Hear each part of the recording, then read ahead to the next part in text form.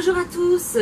Alors aujourd'hui je tenais à vous faire une petite vidéo parce qu'on m'a demandé plusieurs fois comment s'était passée ma première journée de travail, etc. Donc pour éviter de le répéter plusieurs fois par message à tout le monde, en message privé, je tenais à faire une petite vidéo groupée et puis en même temps vous rajouter quelques petits conseils, pourquoi pas, qui peut quand même servir, même si chaque expérience est différente. Donc voilà, donc déjà je tenais vraiment à vous remercier infiniment de me suivre, infiniment pour tous vos encouragements et tout. C'est vrai que ça m'a fait vraiment plaisir et puis ça m'a aidé à prendre aussi la décision. Donc comment dire, bon voilà. Donc merci infiniment pour votre soutien. Bon, aujourd'hui je me suis mis un peu sur le balcon parce que depuis quelques jours il pleut et là il ne pleut plus. Donc c'est agréable de prendre un peu l'air. Donc il y aura peut-être un peu de bruit, j'espère pas trop pour vous, que vous entendrez ce que j'ai à vous dire. Donc voilà, tout d'abord, donc ma première journée s'est passée très bien. Je suis arrivée un petit peu en avance et puis j'ai pour rencontrer en fait la directrice. Donc on a un petit peu parlé des conditions de travail, etc. Elle a voulu un petit peu savoir mon expérience moi en France, ce que j'ai pu faire et ce qui lui a vraiment plu. Donc sachez que toute expérience que vous avez pu avoir, même sans diplôme et tout, ça peut plaire, tout simplement. Même si ça fait des années, par exemple, moi j'ai travaillé avec les enfants, mais il y a très longtemps ça, il y a plus de 10 ans, parce que j'ai un BEP sanitaire et social à la base. Donc pendant mes 2 années au lycée, j'ai pu effectuer des stages en maternité, en crèche, etc. Donc ça m'a quand même apporté un plus. Et je suis partie vivre 3 ans aux Antilles. Et quand j'étais aux Antilles, j'ai travaillé dans les garderies. Et j'ai fait aussi du centre aéré, j'ai fait aussi des maternelles. Donc j'étais aide maternelle. Donc même si ça fait plus de 10 ans, pas pour tout le monde, mais du moins à elle, ça lui a plu. Du fait aussi que j'étais aide-soignante, donc c'est vrai que ça rassure. Donc ceux qui sont dans le domaine de la santé, mine de rien, c'est vrai qu'on trouve du travail, c'est ce qu'on nous dit avant d'arriver, et c'est vrai qu'on trouve quand même du travail et ça peut plaire aussi parce que même si ça n'a rien à voir avec les enfants réellement aide-soignantes, éducatrices, voilà, c'est toujours un plus parce qu'on sait quand même s'occuper de personnes. Donc après un enfant, une personne âgée ou quelqu'un de plus jeune, voilà, c'est quand même à peu près la même prise en charge en gros, quoi. Donc voilà, donc tout s'est très bien passé. Mon équipe, pour le moment ça va, donc c'était beaucoup d'anglophones, donc heureusement elle parle un petit peu français quand même, mais c'est pas plus mal. Je me dis que comme ça va m'aider à améliorer mon anglais aussi, parce que c'est quand même un atout de parler anglais. Alors on a beau vous dire oui, le Québec il parle français, etc. Alors oui, certes il parle français en grande majorité, mais je pense que de parler anglais c'est vraiment un atout. Donc si vous avez la possibilité avant de partir de commencer à prendre des cours, si vous n'êtes pas anglophone, etc., faites-le, c'est toujours un plus, même pour le travail, parce que moi avant de postuler en tant qu'éducatrice par exemple, j'ai postulé pour réceptionniste, secrétaire, enfin, et ils demandaient quand même souvent de l'anglais. Donc j'ai pas eu de réponse parce que moi sur mon CV j'ai quand même mentionné que j'avais un anglais moyen parce que j'ai des bases mais bon voilà, je suis pas bilingue. Du coup c'est vrai que peut-être que ça n'a pas suffi lorsque j'ai postulé. Donc j'ai postulé énormément, beaucoup d'emplois, même des choses que je n'ai jamais fait, entre guillemets, où j'ai pas de diplôme. J'ai postulé. Vous avez pas mal de sites internet. J'ai fait beaucoup. Alors moi dans un premier temps j'ai fait presque toutes les garderies de ma ville, pas encore aux alentours. Je m'étais arrêtée vraiment à celle de ma ville parce que j'en avais énormément. Donc à savoir celles qui travaillent auprès des enfants déjà en France, tout ce qui est CPE, les centres de la petite enfance, tout ce qui est public généralement, ils veulent vraiment des éducatrices qui ont leur diplôme. Donc si vous n'avez pas de diplôme, ça ne marchera pas, ça sera vraiment très difficile. Donc essayez vraiment les garderies privées. Moi j'avais été voir aussi une dame pour travailler dans sa garderie familiale. Je m'étais dit pourquoi pas aussi. Donc c'est possible qu'on puisse vous prendre. Moi elle acceptait, ça s'était bien passé l'entretien, donc elle voulait en savoir un petit peu plus sur comment ça se passait exactement si elle embauchait quelqu'un d'autre. Donc voilà, j'attendais un peu sa réponse. mais en soi, voilà, donc tout ce qui est privé, il y a des possibilités. Misez beaucoup, beaucoup aussi sur vos motivations, sur votre manière d'être, et puis sur votre expérience, quand vous en avez aussi, misez énormément sur ça. Après, peu importe l'expérience que vous avez, moi j'ai été 6 ans dans la police nationale, et par exemple je l'ai utilisé comme un atout, parce que souvent c'est vrai qu'on pose toute la question, une personne âgée à la police, des enfants à la police, qu'est-ce qui a fait que vous changez, etc.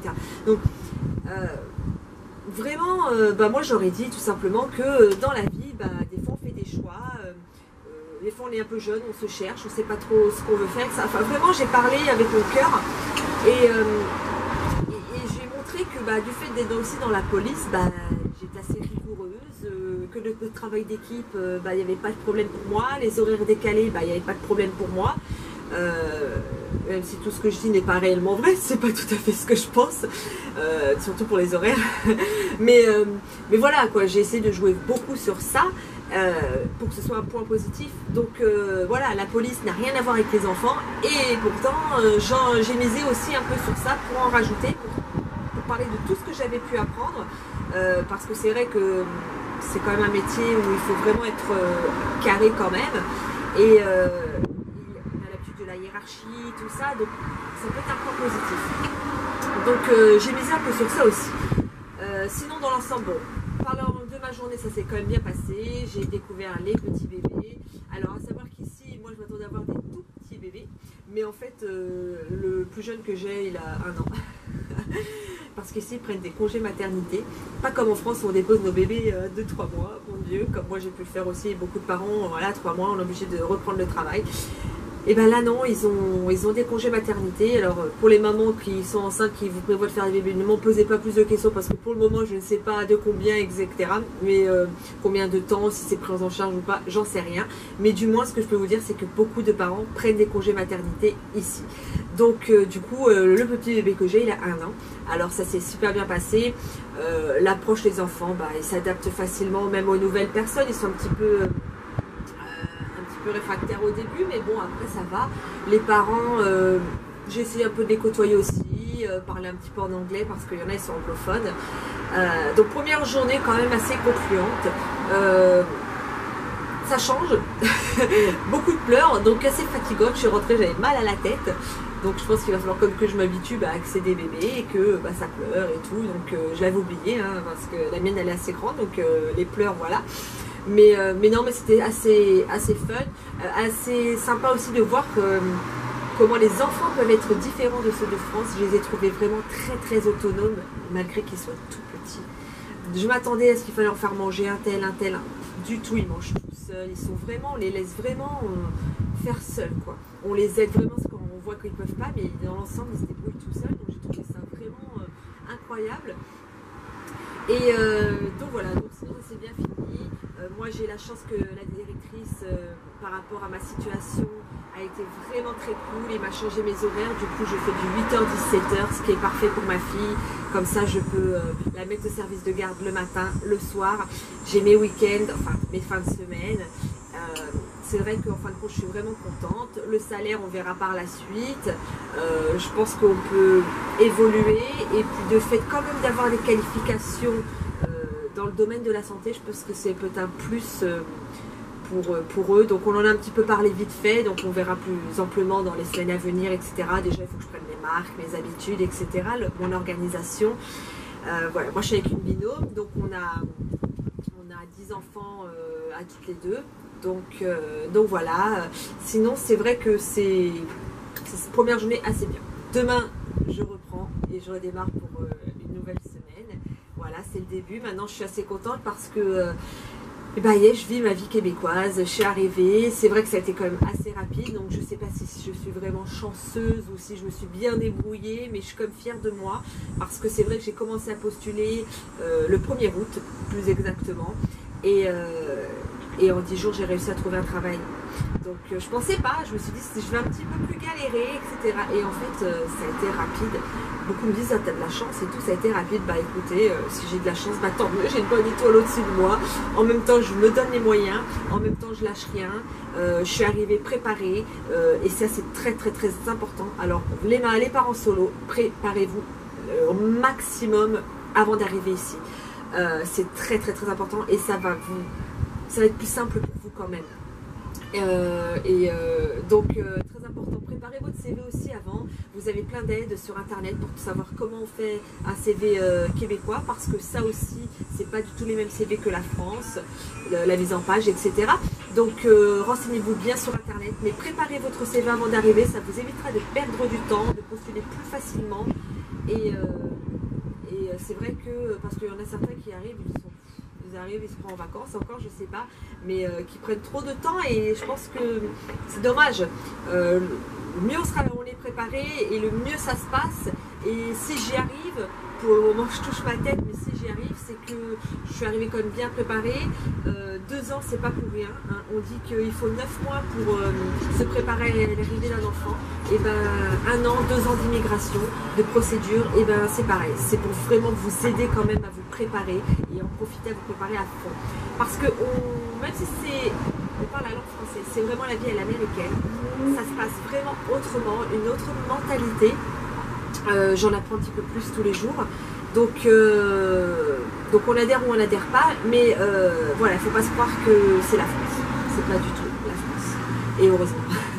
Parce que je pense que chaque pays, c'est très bien qu'ils aient chacune leur coutume, leur façon de vivre, leur mentalité aussi.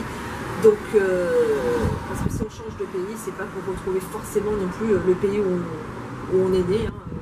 Sinon, autant rester chez nous. Voilà, donc il faut vraiment croire en vous, il faut persévérer et surtout pas baisser les bras, même si je sais qu'on a tendance à facilement le faire.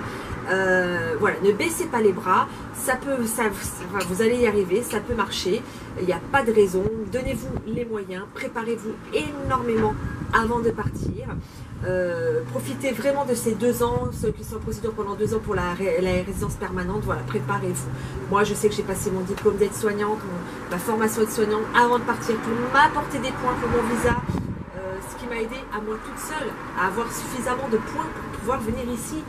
Alors, faites une formation si vous n'avez pas la formation qu'il vous faut, mais bah, tant pis, dirigez-vous, essayez de vous renseigner au mieux, parce que des fois, il y a des couples, malheureusement, ils n'ont pas assez de points pour le visa. Alors c'est vrai que quand moi je me dis, bon j'ai la chance, je suis dans le domaine de la santé, mais je l'ai choisi ce domaine aussi. Certes, j'avais un diplôme pour passer pour être soignante, mais je l'ai choisi et je m'aurais pu me diriger dans une autre voie, et non, j'ai pris la voie de la santé parce que il y a du travail partout dans le domaine de la santé. Alors certes, je ne fais pas ce domaine-là aujourd'hui parce que comme je vous ai pu vous expliquer, bah, les horaires c'est compliqué pour moi actuellement à pouvoir gérer avec ma vie.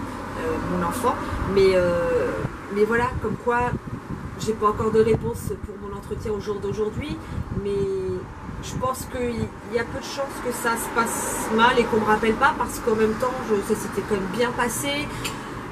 Je pense que j'étais un atout pour eux quand même, dans le sens où je connaissais l'intérim, j'en ai fait énormément pendant 2 ans avant de venir ici, donc de changer de poste comme ça, de service, d'équipe et tout ça, sans prétention aucune, hein, mais ça je sais faire. J'étais pas cantonnée à un seul poste, donc je pense qu'ils me rappelleront. Je verrai par la suite, mais bon, je pense pas que j'accepterai dans un premier temps, du fait des horaires qui sont quand même plus compliqués qu'en France, où en France on arrive quand même à avoir un poste fixe avec des horaires fixes, et là c'est un peu... Donc vous verrez pour ceux qui veulent faire préposer aux bénéficiaires. Voilà, donc éducatrice, on a quand même une formation à passer, donc j'ai passé une formation de 8 heures de secourisme enfant, etc. Donc on a vu l'enfant, on a beaucoup vu l'adulte en fait, hein, le secourisme simple. Les allergies, l'empoisonnement, enfin voilà, les coupures, etc. Donc j'ai fait ça hier, cette formation, ce qui est quand même très très bien, parce qu'ici il y a quand même des formations le week-end, ce qui nous évite de perdre une journée, parce qu'à savoir aussi, j'ai appris, je le savais sans trop le savoir en fait, ici quand vous loupez une journée, enfant malade, vous êtes malade, enfin peu importe, ben, vous n'êtes pas payé. C'est pas comme en France. Donc du coup, pour éviter de perdre une journée au moins dans votre salaire, et ben voilà, c'est très bien que ça se passe le week-end. En plus, j'ai pas eu ma carte parce que je suis inscrite un peu à la dernière minute, mais vous avez votre carte normalement quand vous sortez de votre formation. Voilà. Il vous faut aussi un casier judiciaire. un extrait de casier judiciaire. Alors contrairement à la France aussi, sachez qu'ici il est payant, c'est au moins 60 $. Il me semble qu'il faut, alors c'est soit votre entreprise des fois qu'ils peuvent le prendre en charge, soit il faut y aller je crois dans un poste de police, faire des empreintes etc. et ils vous le donnent de suite. Donc oui, ça fait 2 mois que je suis là, 2 mois, mais j'ai dû faire un casier judiciaire, mon entreprise me le demande. Donc j'ai rempli les documents, normalement ça prend à peu près 2 semaines. Donc je vais voir ça parce que voilà, c'est important, surtout quand on travaille dans certains secteurs d'activité. Voilà. Donc bon, pour le moment que du positif, je suis contente, la petite s'adapte super bien, le camp de jour elle en est super contente, elle me dit oh maman, sacrément qu'en France, les animateurs en France n'arrêtaient pas de crier. Donc elle est contente, le service de garde ça se passe bien, donc voilà, pour le moment tout roule. J'espère que ça vous donne envie aussi, parce que c'est vrai que c'est bien beau de parler toujours oh c'est beau qu'elle est le Québec, oui c'est beau, mais je pense que je viens d'arriver, ça fait que 2 mois, je vais rencontrer comme tout le monde des embûches, parce qu'en même temps c'est la vie, c'est comme ça. Ce qu'il faut c'est être fort pour les affronter et se relever, pas baisser les bras et savoir ce que vous voulez vraiment. Si vous avez un rêve, allez cherchez votre rêve et ne lâchez rien. Et c'est comme ça qu'on réussit. Il faut s'en donner les moyens. Donc tout est possible, ça n'arrive pas qu'aux autres. Et pendant, sur ma page, pendant tout ce que je vais vous faire, dans, je ne sais pas combien de temps je la tiendrai cette page, mais du moins je vous parlerai même de ce qui ne va pas, de difficultés que je peux rencontrer. Que ce soit, ça peut toucher tout le monde, comme les parents solos, si j'ai des difficultés qui vraiment dues à mon statut. Voilà, mais j'espère que voilà, j'espère que ça vous plaira et que ça pourra vous donner quelques petits indices, quelques petits conseils pour vous préparer au mieux, parce que comme je le répète souvent, c'est vraiment ça qui est important, la préparation. Vraiment vous renseigner sur le travail, les enfants, la santé, surtout tout au maximum. Vous avez 2 ans, 1 an, profitez-en pour lire, vous renseigner, il y a les forums, il y a les blogs, voilà, à fond. Moi c'est ce que j'ai fait. Et ça m'a vachement beaucoup aidé. Et donc voilà, donc pour conclure, j'espère que ça vous plaira encore, mes petites vidéos. N'oubliez pas que si vous voulez toujours me suivre, un petit pouce sur ma vidéo pour me motiver, ça sera super cool. Et puis n'hésitez-vous pas à vous abonner tout simplement à ma chaîne aussi, parce qu'il y aura des vidéos futures qui arriveront. Là je commence un peu mon train-train quotidien, on va dire, avec le travail etc, mais vous inquiétez pas que les voyages, les sorties, ça va continuer, parce qu'il y a trop de choses à visiter ici, il y a trop de choses à faire, il y a trop de choses à découvrir. J'ai beaucoup de projets, dont partir visiter les États-Unis, etc. Donc voilà. Donc je vous fais plein de bisous et puis je vous dis à bientôt. Bye bye et passez un bon dimanche. Bye bye.